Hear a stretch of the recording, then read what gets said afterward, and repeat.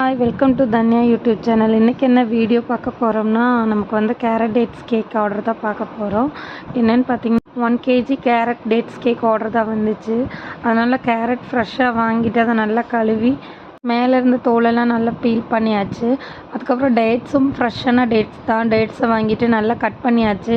டேட்ஸை வேக வச்சும் போடலாம். வேக வச்சு போட்டால் இன்னும் நல்லா சாஃப்டாக கிடைக்கும்.